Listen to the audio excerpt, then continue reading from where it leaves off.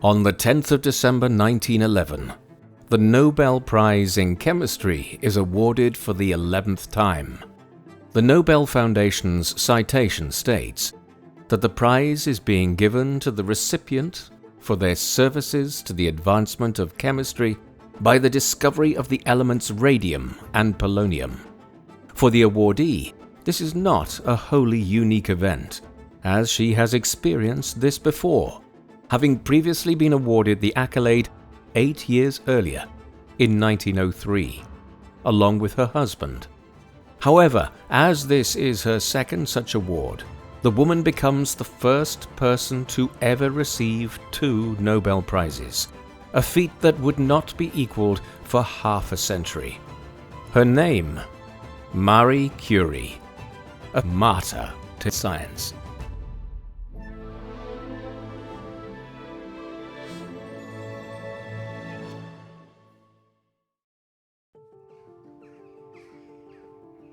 The woman known to history as Marie Curie was registered as being born on the 7th of November 1867 in Warsaw, Poland. Her full name at baptism was Maria Solomea Skłodowska. Maria's father was Władysław Skłodowski. He was a teacher of mathematics and physics and was passionate about education and science, and fluent in both Russian and French.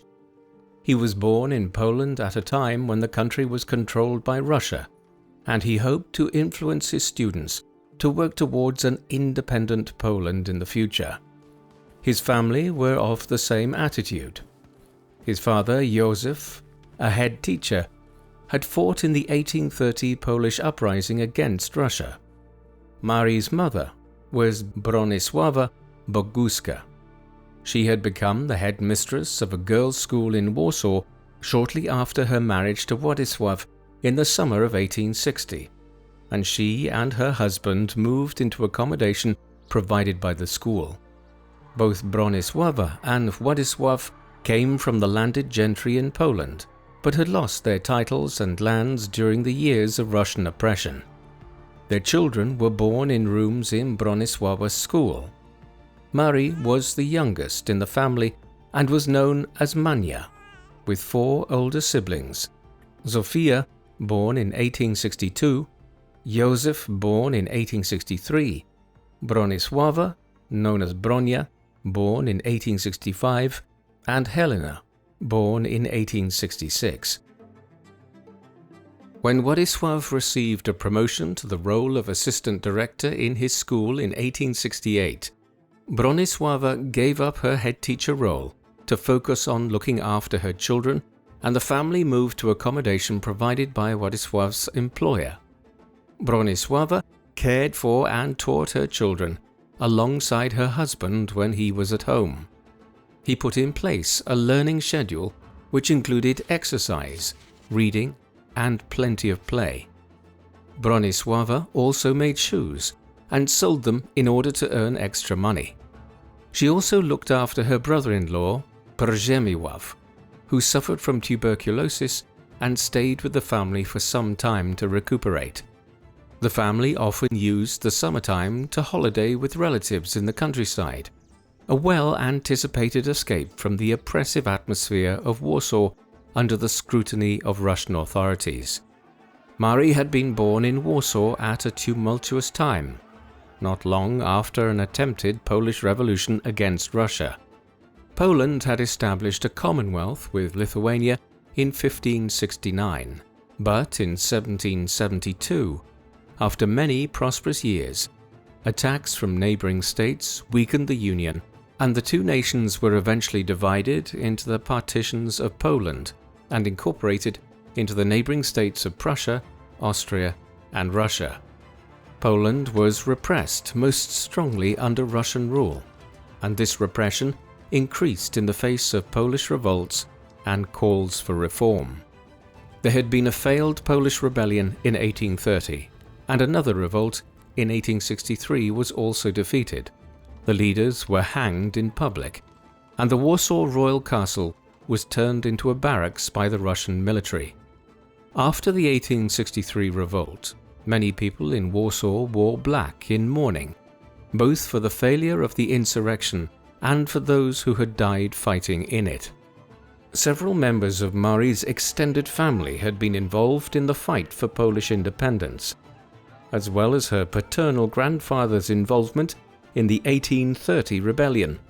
Her paternal uncle, Zdzisław, escaped to France following the attempted revolt in 1863.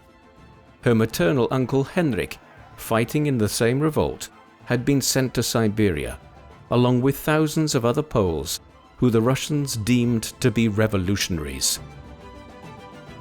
In an attempt to put an end to the Polish rebellion, Russia introduced the policy of Russification, which attempted to stamp out Polish culture. Under this policy, communication in public had to be in either Russian or German. Signs on shops were written in Russian Cyrillic rather than in Polish, and schools were inspected to ensure their teachings reflected Russian values.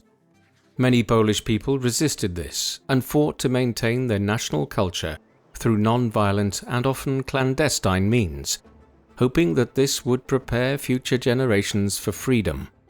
While the Polish language was banned in public, families like the Skłodowskis continued to educate their children in Polish at home. Władysław encouraged his children to read banned Polish books and taught them how to use the equipment he brought home from school after laboratory work was removed from school curriculums by the Russian authorities. Unfortunately, he was demoted from the post of assistant director of his school in 1873, seemingly because he was resented by one of his Russian seniors, which left the family in a financially strained position. Further misfortunes were to befall the Skłodowski family when Marie's mother, Bronisława, became unwell with tuberculosis. Władysław spent much money in his efforts to see her cured, sending her to several health resorts, but with no marked improvement. This increased the financial difficulties the family were experiencing, and the decision was made to turn their home into a boarding school, taking on nearly 20 students. Their difficulties continued, however, with some of the family contracting typhus in 1874, perhaps because of the overcrowded nature of their new living arrangements. Zofia, who had accompanied her mother on several of her rest cure excursions, died as a result of contracting the disease in 1876. This was a huge blow to her family, in particular for her mother Bronisława, whose health took a sharp decline, and she too died in 1878. Marie took the death of her mother very badly and went into a deep depression. Despite these blows to the Skłodowski family, Marie continued to demonstrate a high level of intelligence which had been apparent from an early age. She had begun her education at the school at which her mother had been headmistress, and later she was sent to a school a little closer to the family's home, along with her elder sister Helena. The headmistress worked hard to ensure her students received a good education, despite Russian control. Whilst her students' timetables displayed the subjects stipulated by the Russian authorities, she would ensure Polish studies, including history and language, dominated their learning. When inspectors arrived, the teacher would quickly change the language or subject they were teaching, in order to present a curriculum which conformed to Russian standards. Marie's aptitude for learning became useful in the presentation of conformity to Russian rules. On one inspection, after hiding their Polish history books in class, Marie was asked to recite the lineage of the Tsars in Russian by her teacher, which she did perfectly. Despite this unconventional educational experience, Marie progressed well in her studies, although she was emotionally damaged by her mother's death. In 1878, she was moved to a government-run school in Warsaw, as her father thought she needed a new challenge. The school in Warsaw that Marie attended was government-run and compliant with the demands of the Russian inspectors. She often spoke of this period of schooling negatively, particularly regarding her teachers, whom she wrote were hostile to the Polish nation, and she could be quite outspoken towards them. Despite this, she graduated first in her class in 1883 at the age of 15, winning awards in several subjects and receiving a gold medal. Doing so well academically, she was looking forward to a career and some degree of financial independence. However, Warsaw University did not admit women, and so she would have to go abroad to study, something which her father's limited finances could not cover. Indeed, he made the decision that she should spend a year in the country with family rather than continue her studies. Not only had family funds been depleted throughout his wife's illness, with several rest cure trips to finance, but he had also invested heavily in his brother-in-law Henrik's plan to run a mill, an ill-fated decision which resulted in the loss of the family savings. Nevertheless, Marie's time in the country, spent in the company of her uncles and cousins, seems to have been a year of much fun, in contrast to her previous years spent studying. This was helped by the fact that the more rural areas in which they lived were less subject to Russian oppression, and those who lived there could speak Polish and follow Polish traditions without fear. Marie enjoyed attending a Polish kulig, a traditional Polish party where the attendees travelled house to house by horse-drawn sleigh to be received with feasts, music and dancing. Her year of fun ended in luxury at a country estate northeast of Warsaw, alongside her sister Helena, on invitation from a former student of her mother's, who was now a countess. When Marie returned to Warsaw, she moved back in with her father. He had moved to smaller lodgings and made the decision not to continue his boarding school.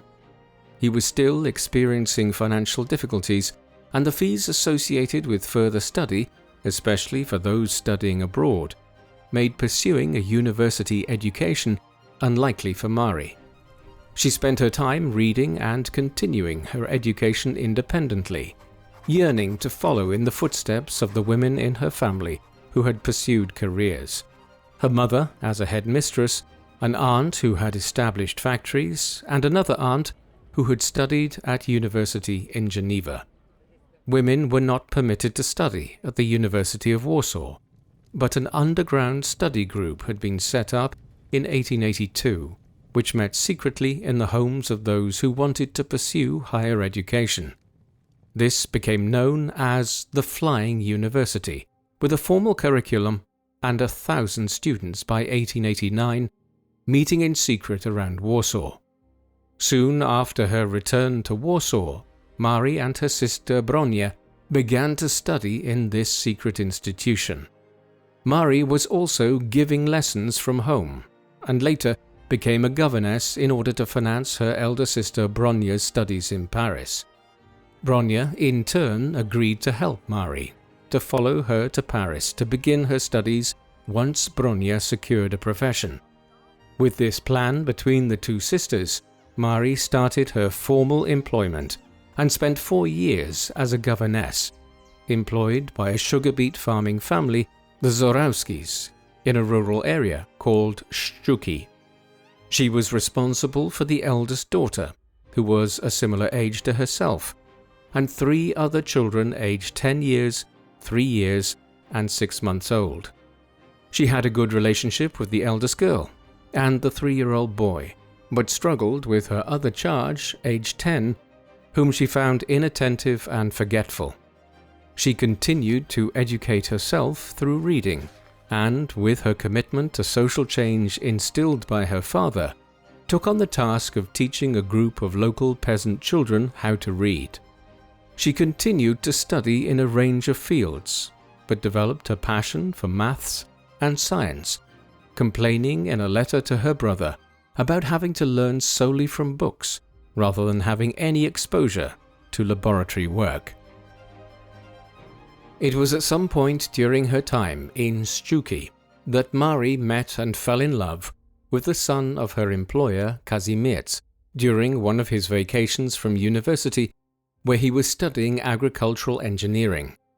However, the Żurawskis would not hear of their son marrying a governess of low financial status, however well educated she was, and eventually their son gave in to their will, to Marie's heartbreak and continued misery under their employment. She began to resent her sister and brother, who were both at university, writing that, "I have lost hope of ever becoming anybody." Despite Marie's despondence, she worked out the rest of her contract with the Żurawskis and left Sztuki in 1889, returning to live with her father before taking a new tutoring role. Her father had accepted a new role as a school director and was now in the position to send money to Bronia, who was studying in Paris, and pay back Marie for her contributions to Bronia's study. Her cousin, Józef Boguski, had a laboratory in Warsaw, where he ran science lessons for Polish students, and she began to experiment there under the tutelage of one of Józef's colleagues. This cemented her desire to pursue her studies in physics and chemistry. Pursuing scientific studies was unusual for a woman. At the time, many considered a woman's place to be in the home, focusing on the household and children.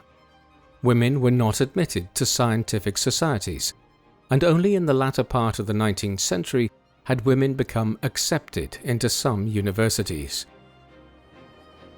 In 1890, Marie's sister Bronia, who was studying at medical school in Paris and newly engaged to a medical student, Kazimierz Dłuski, invited Marie to come and live with them. Despite her commitment to pursuing formal scientific study, Marie showed some hesitation, worried about leaving her father at home. But by 1891, she had made up her mind and left for Paris in November to pursue her studies in science at the Sorbonne, a college of the University of Paris. She was one of very few female students. There were only 210 females studying out of a student population of over 9,000, and several of these women were studying recreationally rather than in pursuit of a degree, and focusing on studies of a domestic nature rather than on the sciences. Marie travelled to Paris as cheaply as possible, sitting in the 4th class of the train, and having to bring her own chair as none were provided.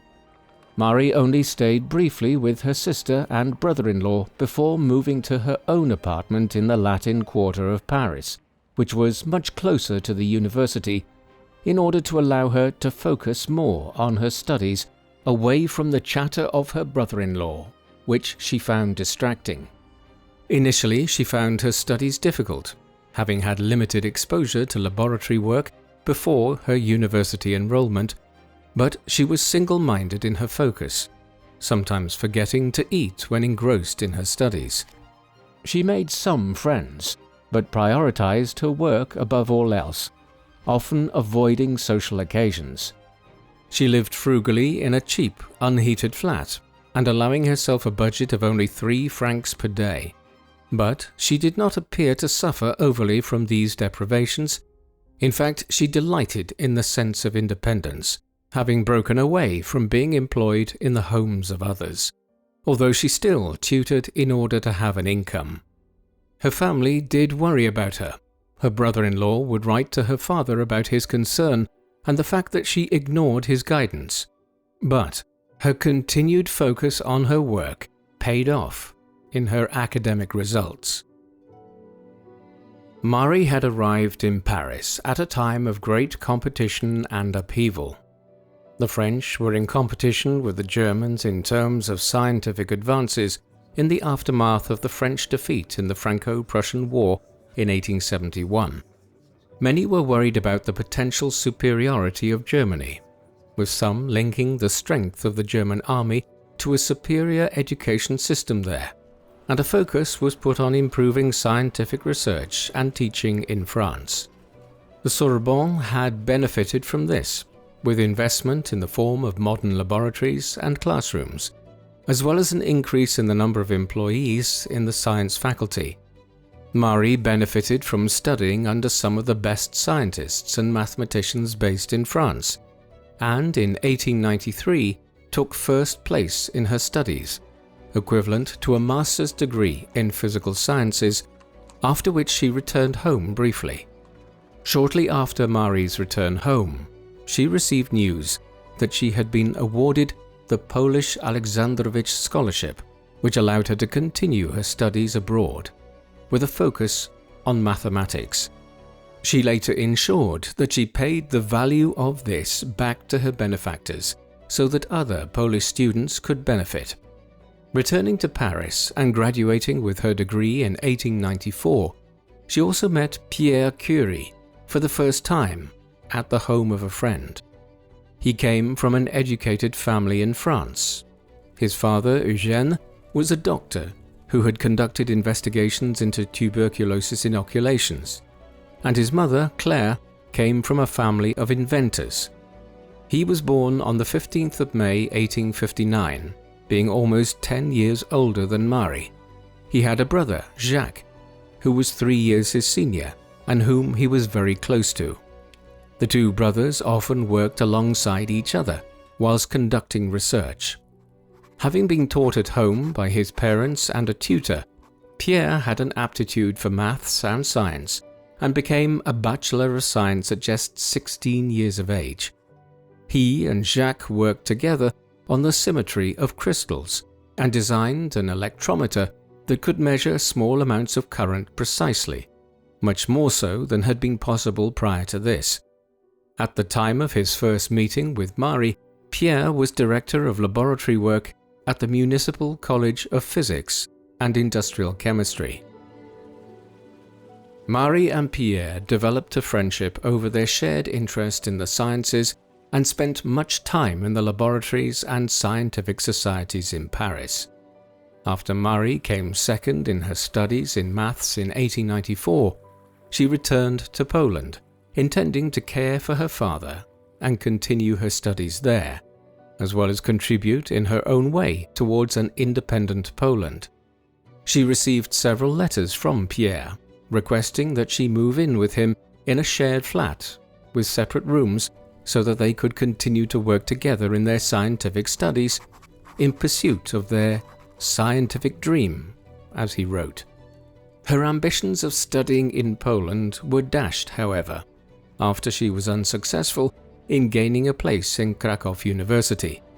Despite her misgivings about leaving her native Poland and her father, she opted to return to Paris, moving into her own apartment and attending Pierre's thesis presentation in March 1895. They became closer, and Marie wrote to her family to announce her engagement in the summer. Pierre Curie and Marie married on the 26th of July 1895 in Sceaux, the hometown of her husband's family. It was a simple civil wedding, with no rings and only a small reception at Pierre's parents' house, but it was attended by Marie's sisters, Bronia and Helena, and her father. Despite having been gifted a generous amount of money for a wedding outfit by a relative, Marie wore a simple style of dress, suitable for both the wedding and working in a laboratory, and used most of the money to buy 2 bicycles on which she and Pierre enjoyed a brief honeymoon tour of France, sharing their love of nature through exploring woods and wildlife. After the honeymoon, Marie and Pierre moved into a small 3-roomed flat in Paris, and soon after Pierre received his doctorate and was appointed as a professor at his previous workplace, the Municipal College of Physics and Industrial Chemistry, resulting in an increase in salary. Many women of the era who were of the same class as Marie would have abandoned notions of work and study once married in order to devote themselves to domesticity. However, she continued her studies, having received a grant to research the magnetic properties of steel. She was also studying for a teaching qualification because, as a woman, it was near impossible for her to find a salaried research project, and she completed this qualification in 1896. Alongside her teaching and continued studies, she managed her significant household responsibilities and finances, which she documented with precision. She became pregnant in 1897, but never took the bed rest most women of her class were recommended, and continued working and traveling with Pierre on their cherished bicycles. She gave birth to a daughter, Irene, on the 12th of September 1897, under the care of Pierre's physician father. Eugène Curie continued to support the couple in caring for Irene, alongside hired nursemaids, moving in with Marie and Pierre after his wife died from cancer 2 weeks after Irene's birth. He formed a strong relationship with his granddaughter. This facilitated Marie's continued studies in science, and she began to consider a topic to focus on for her own doctorate. Scientific research had been spurred on by the discovery of X-rays by William Röntgen in Germany in December 1895. This discovery had been embraced by the press and the public, with its potential recognized, particularly for medical science, and scientists were keen to pursue further study on rays, including Henri Becquerel, a physics professor at the Paris Polytechnical College. He started experimenting on substances which emitted light to discover if they might also emit rays, determining that uranium salts did so. His proof of this being the outline of the substance appearing on the photographic plates on which they were placed, despite the salts being wrapped in paper. Whilst his results were not as groundbreaking as the discovery of X-rays and did not attract the same publicity, they stimulated Marie's curiosity. She believed these rays were a property of atoms she termed radioactivity, and she began to study samples of metals and minerals, working in a disused facility at Pierre's workplace. This work was to become the focus of her doctorate, and she built on the work of an English scientist, Lord Kelvin, who had experimented on the ability of uranium rays to electrify the air around them. Marie focused on the ability of a range of metals and minerals, donated and given to her by colleagues and acquaintances, to conduct electricity, but she needed instruments in order to measure this accurately. Pierre coached her in using the electroscope, an instrument that measured small electrical currents and the ionization current from gamma rays that he had developed alongside his brother Jacques 15 years earlier. She continued testing, focusing her research on uranium and thorium, and found that a mineral compound named pitchblende, which contained uranium, seemed to have an ability to make the air around it conduct electricity, much more so than pure uranium, and she therefore suggested there was a radioactive element contained within pitchblende that was even stronger than uranium. Pierre was keen to join her in her work, abandoning his own research projects on crystals. They were well matched in terms of their passion and focus, with both neglecting to eat and sleep when in pursuit of their studies and producing reams of notes documenting their developments. On the 12th of April 1898, Marie's report on rays emitted by uranium and thorium was presented at the French Academy of Science by one of Marie's teachers. Neither Marie nor Pierre were members of the Academy, so were unable to present there. In July 1898, after several painstaking experiments on pitchblende focused on isolating the individual elements contained within it, the Curies published work announcing the existence of a new element, proposing to call this polonium, after Marie's native country, and introducing the term radioactive for the first time to the scientific community. They made sure to acknowledge the role Becquerel's work had played in their research, and also detailed the ways in which both Pierre and Marie had contributed to their discoveries, in order to preempt the likely assumption that Pierre had taken the lead in their discoveries, with Marie merely assisting. In July 1898, members of the French Academy of Science wrote to Pierre, notably not Marie herself, to inform him that his wife had won the Prix Guenier with a financial reward of 3,800 francs for her work on the magnetic properties of steel, as well as her work on radioactivity. In December, their studies led to the discovery of radium, another new radioactive element. Such transformational discoveries as those made by the Curies required evidence, however, with several scientists expecting clear proof of the existence of the new elements discovered by Marie. Alongside their employments, Marie and Pierre worked on providing evidence for the existence of polonium and radium, with Marie focusing more on the isolation of radium and Pierre focusing more on developing their understanding of radioactivity. They dedicated their time wholeheartedly to this, despite working in difficult conditions, based in an unused, leaking shed at Pierre's workplace.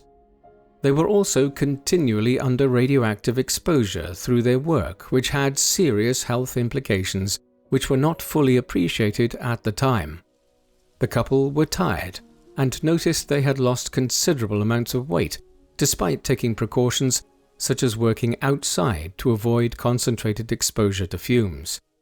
Further precautions were not yet realized as being necessary due to a lack of understanding of the dangers of contact with radioactive materials.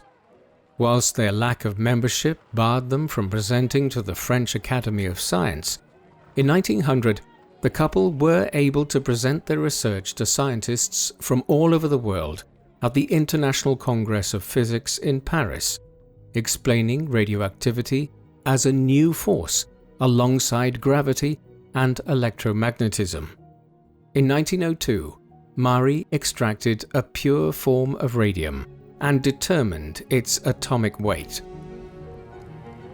The Curies never patented any of their work, as this would have cost implications both in time and money, highlighting their devotion to science for science's sake.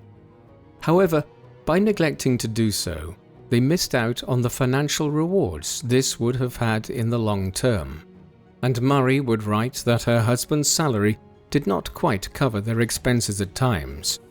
Pierre was offered a higher-paying job by the University of Geneva in 1900, where he would be given a chair at the university, a laboratory, and assistants, and he notified the Sorbonne of his intention to leave. Realizing the ramifications of losing the Curies, the Sorbonne then offered Pierre the chair of physics and Marie a post at a teacher training college for women, offers which were quickly accepted. Although becoming more recognized for their discoveries, the Curies were feeling the effects of working intensely with radioactive materials. Whilst initially making light of the pain in their fingers induced by coming into contact with radioactive materials, overexposure was having real implications on the Curie's health. Pierre's fingers were covered with sores, and he was in increasing pain that prevented him from sleeping. A doctor had suggested that Marie might be anemic, another potential consequence of working in close contact with radioactive substances. Despite the discomfort experienced by Marie and Pierre, the family had traveled to Poland several times since their marriage, and Pierre succeeded in impressing Marie's relatives by learning some Polish. However, Marie's father, Władysław, suffered a series of misfortunes related to his health, having been hit by a tram as well as being afflicted with gallstones, with a surgery planned to remedy this. Marie was on her way to Warsaw to see him, but unfortunately was too late, as he died on the 14th of May 1902, aged 70. Another misfortune hit the family in 1903, when Marie suffered a miscarriage. She blamed herself for not taking greater care of her health before the premature birth of the child, and remained unwell herself for some time afterwards. The Curies were awarded the Nobel Prize for Physics alongside Henri Becquerel in 1903.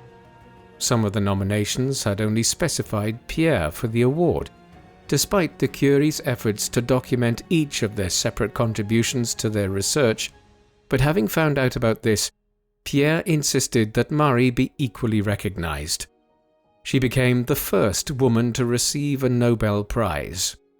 They received a monetary prize as part of their Nobel Award, and Marie used this to improve their home, although they also gave a lot of money away to family, including Bronia and her husband who had opened a sanatorium, as well as to causes important to the Curies, such as support for Polish students. The couple were invited to Stockholm to be awarded the prize and make a presentation about their work, but Pierre rejected this notion, citing the couple's teaching commitments and Marie's health. It is unlikely that either of the Curies relished the idea of the publicity their Nobel presentation would attract.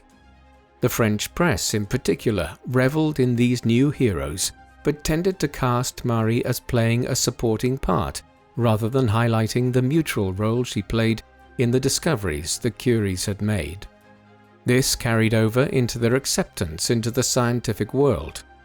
Pierre was given a seat at the French Academy of Science, with no such recognition being offered to his wife. The Curies were bombarded by the press, and both of them felt this keenly, resenting the intrusion into their private life with unannounced journalist visits and a barrage of letters and requests. Some journalists, unhappy with the reception they received, commented on the apparent coldness of the couple and their lack of graciousness, and on one occasion Marie complained that an interview with herself that had been published in a newspaper had never actually taken place at all. On the 6th of December 1904, Eva Curie was born, the newest addition to the family, and they spent much time in the summer of 1905 at their leisure, hosting Marie's sister Helena and her daughter in Paris, and travelling to the coast afterwards. Marie continued her teaching and developed a popularity amongst her students. However, tragedy struck the high-achieving couple when Pierre Curie died in an accident in 1906, having been struck by a horse-drawn carriage on a busy Paris street. Marie was devastated, having lost not only her beloved husband, but also her research partner. Her brother and sister Bronia arrived at the family home to support her and the children whilst they were in mourning. The Sorbonne, Pierre's employer, initially offered a pension to support Marie and her daughters, but she refused this, viewing it as charity. After much consideration, the decision was made to enable her to continue her husband's work, essentially giving Marie Pierre's role at the university, making her the first female professor at the Sorbonne. This was a huge shift for the university at a time when posts were often passed from father to son. She took over Pierre's classes on the 5th of November 1906, working from the exact point at which he had finished his final lecture, making a professional, if emotionless, impression. Marie's initial lectures were overwhelmed not only by students but by members of the press. She was ahead of her time, not just in science, but in societal norms in a world in which female figures were expected to confine themselves to a life of domesticity and children, not to conduct groundbreaking scientific research.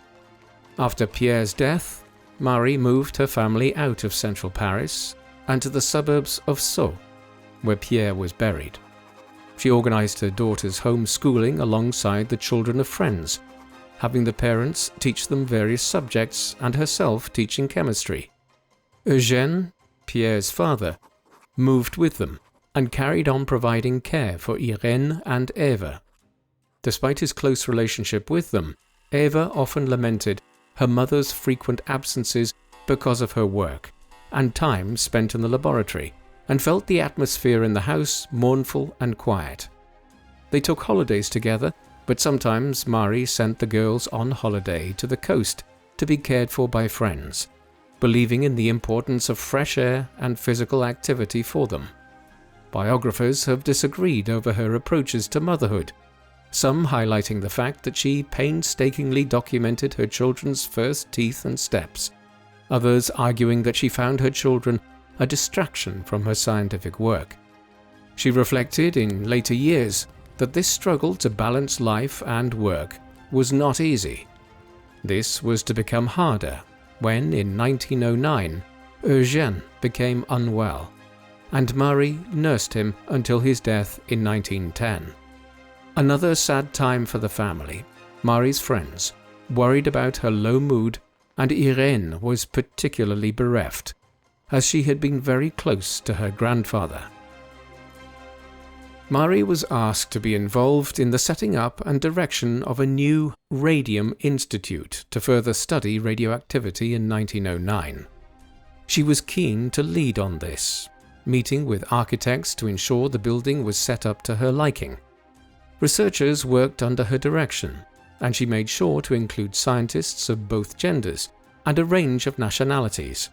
When they travelled abroad, she tasked them with bringing back minerals that could be used for testing. Whilst her leadership of the Radium Institute was a recognition of her discoveries, her gender was still a barrier to her acceptance in the scientific world. She was never accepted into the French Academy of Sciences, despite her achievements. This was partially due to her gender, as the first female member of the Academy was only accepted in 1962. But it may have also had something to do with the controversy surrounding her relationship with Paul Langevin, with whom she grew close after the death of Pierre. Langevin, a fellow scientist who had studied under Pierre and became a close friend of the Curies, had a family, but was increasingly unhappy. He had frequent arguments with his wife and her family, on one occasion having been injured by having an iron chair thrown at him by his mother-in-law. A visiting friend commented on how he would often leave the dinner table after exchanging cross words with his wife. In 1907, he drew closer to Marie, with both still grieving in the aftermath of Pierre's death, and his wife was made deeply jealous by the relationship between the two.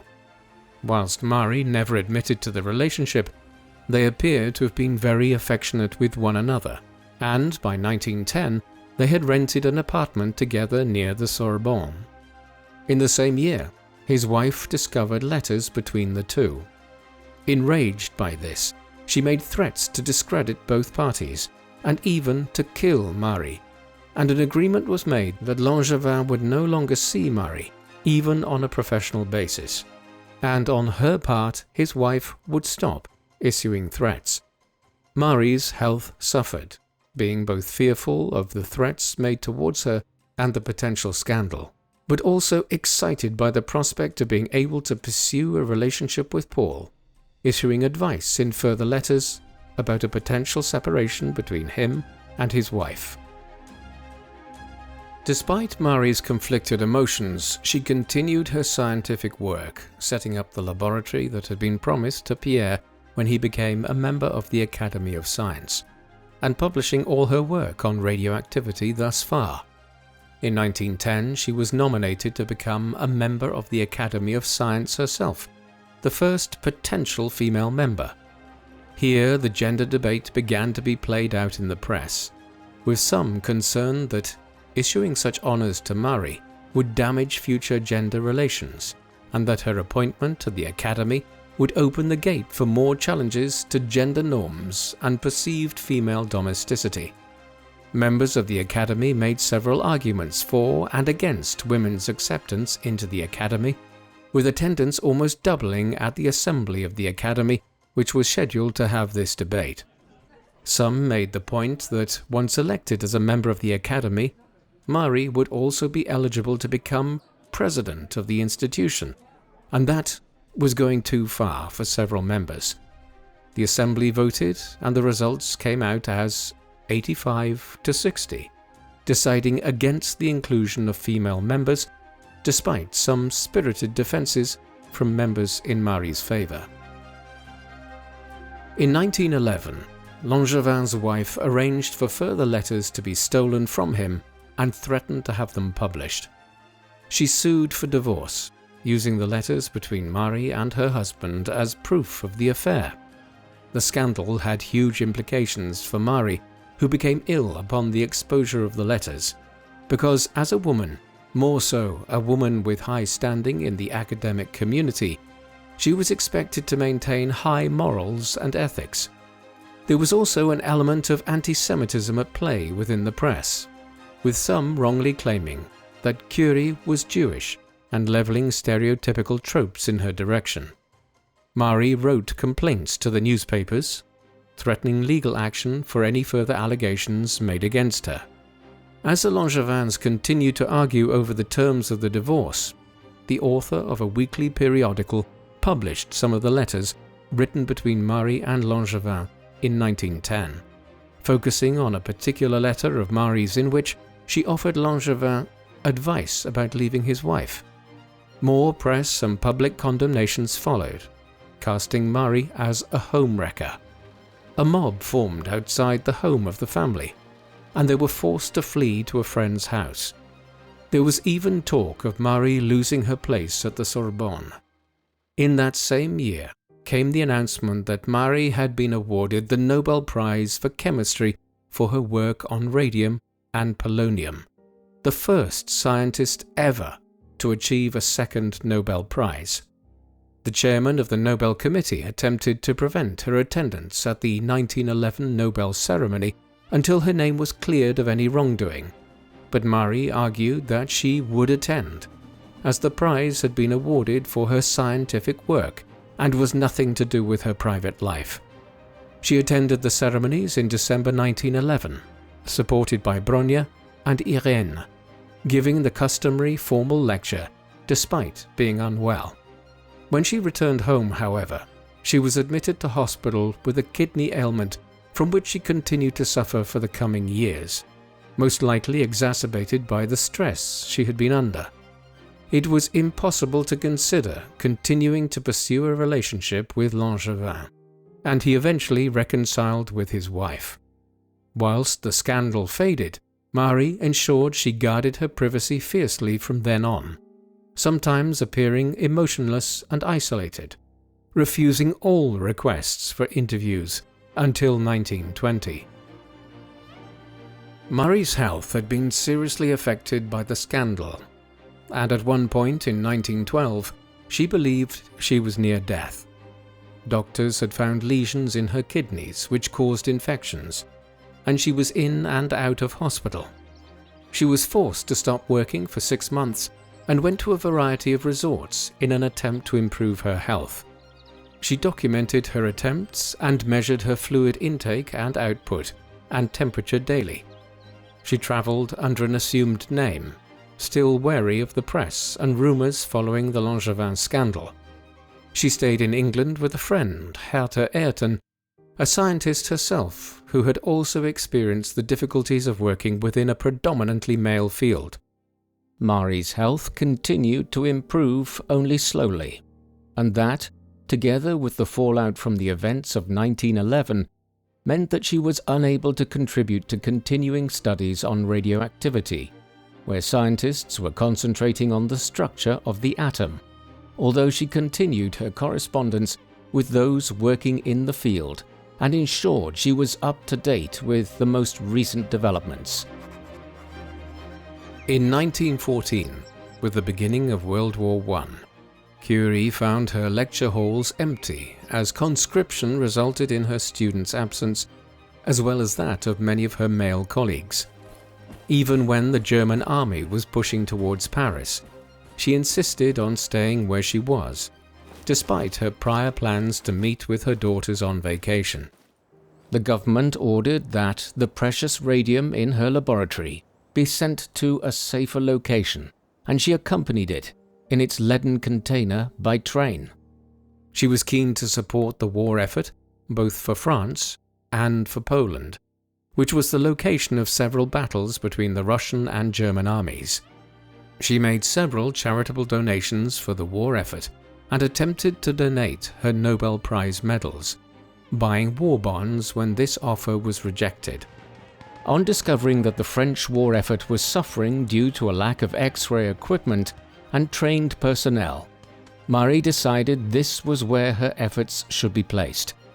Learning more about the medical use of X-rays from a colleague, she worked on a plan of putting together a radiology car. She secured funding from charities and purchased or asked for unused equipment, and the first car was put into use in October 1914, despite the initial reluctance of army leadership. In November, Marie herself arrived near the front in the second radiology car she had developed, accompanied by her daughter Irene. She continued her work on the project throughout the war, equipping several of the vehicles herself and securing her driving license in 1916, so she could drive them. Having now recognized the importance of X-rays in order to support greater efficiency in battlefield surgery, making it easier to diagnose broken bones and detect shrapnel without invasive surgery, the army requested that she train others, and she set up a school for female X-ray technicians. Her daughter Irene continued to work on the project, operating her own X-ray posts and teaching alongside her mother. Approximately 1 million wounded soldiers benefited from mobile X-ray machines during the war, and the machines became nicknamed Little Curies. After the war, Curie continued her work in science and was the recipient of funding, mostly from the United States of America. France was still suffering the after-effects of the First World War, and the government was not in a position to fund Curie's work or the purchase of more radium for her experiments. The American public's interest in Marie had been piqued by an article published in an American magazine about her. She had been visited by an American editor, Marie Mattingly Maloney, in 1920. Maloney had been surprised by the simple way in which Curie lived, having interviewed some other notable scientists and inventors who lived in more luxury, reflecting the import of their discoveries, and she began to build up a friendly relationship with Marie.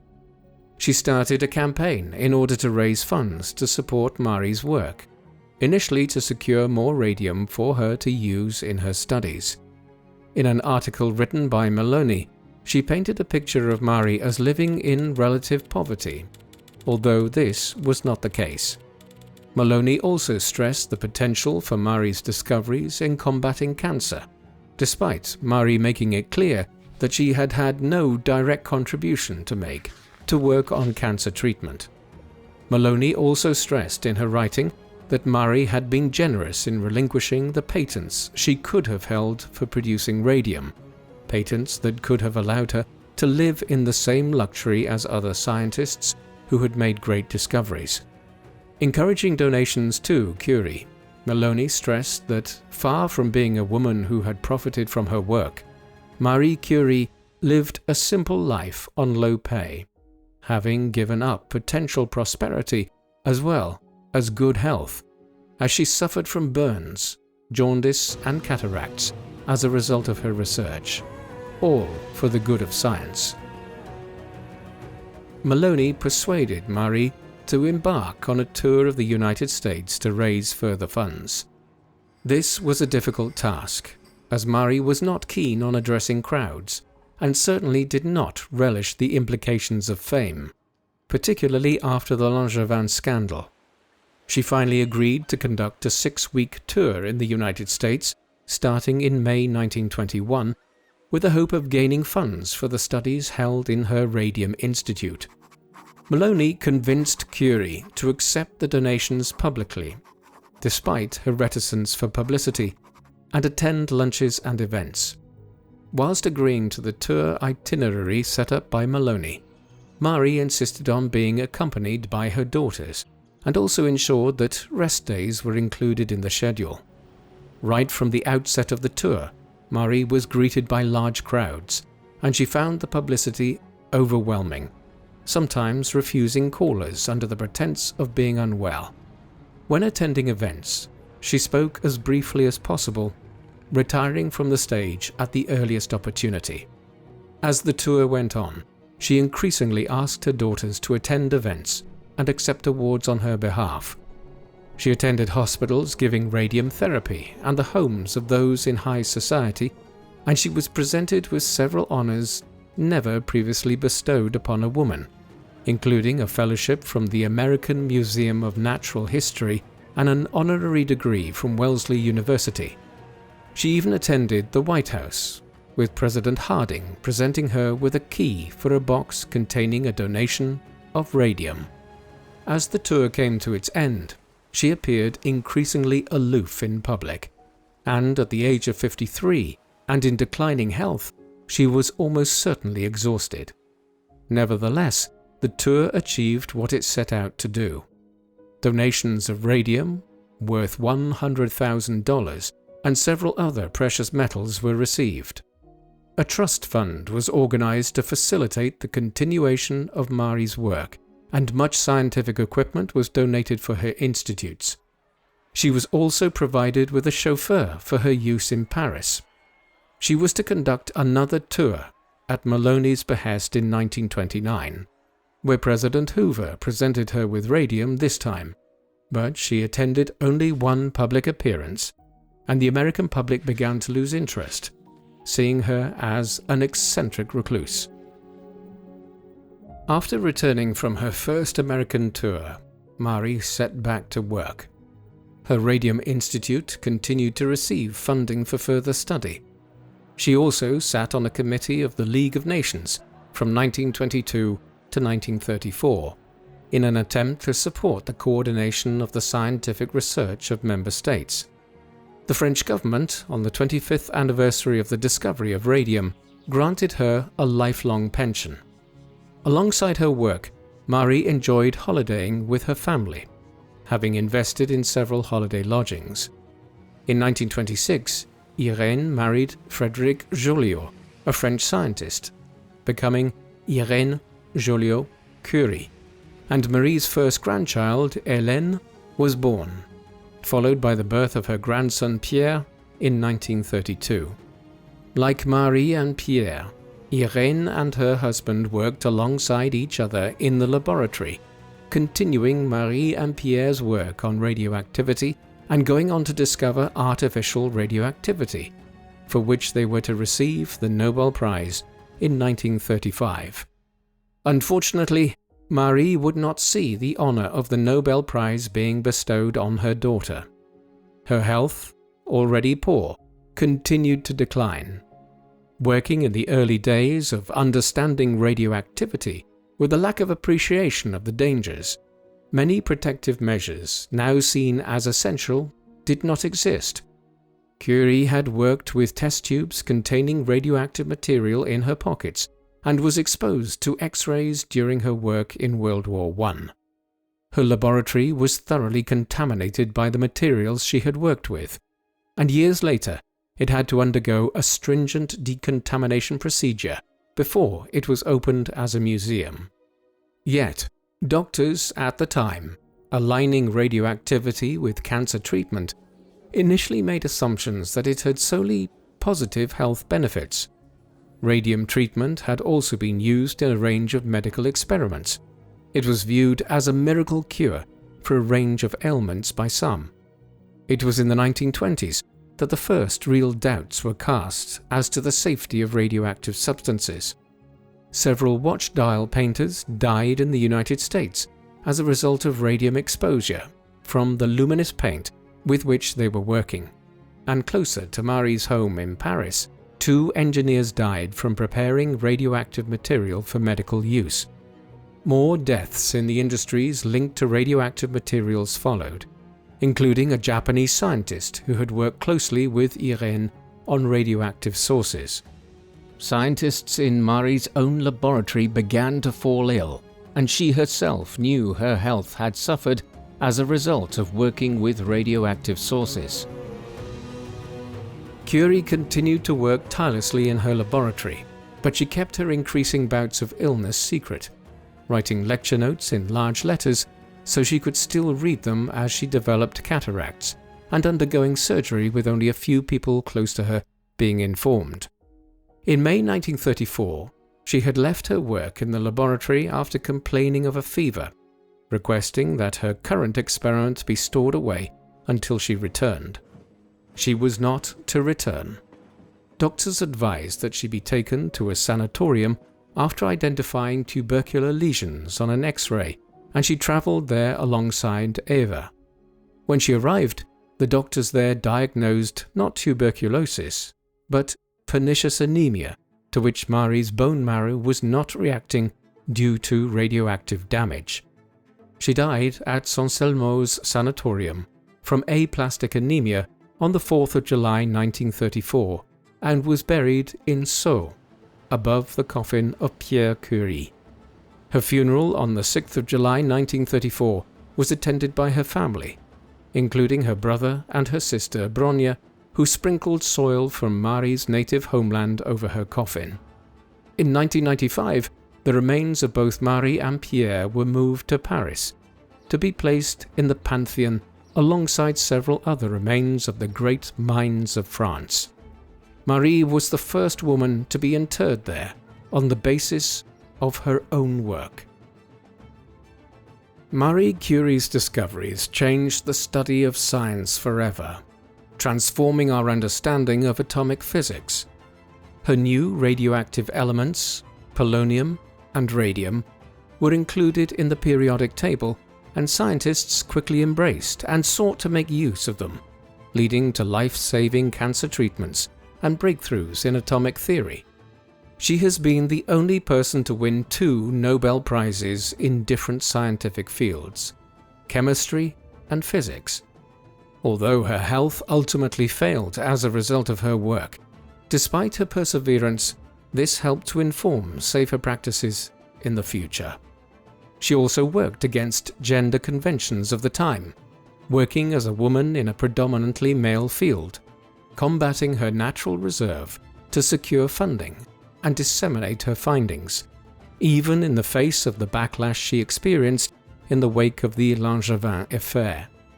She remains an inspiration today, particularly for women who remain underrepresented in the sciences. What do you think of Marie Curie? Was she an ambitious trailblazer, forging the way forward for women in science? Or was she an eccentric researcher, but single-minded in her quest for answers to the mysteries of radioactivity?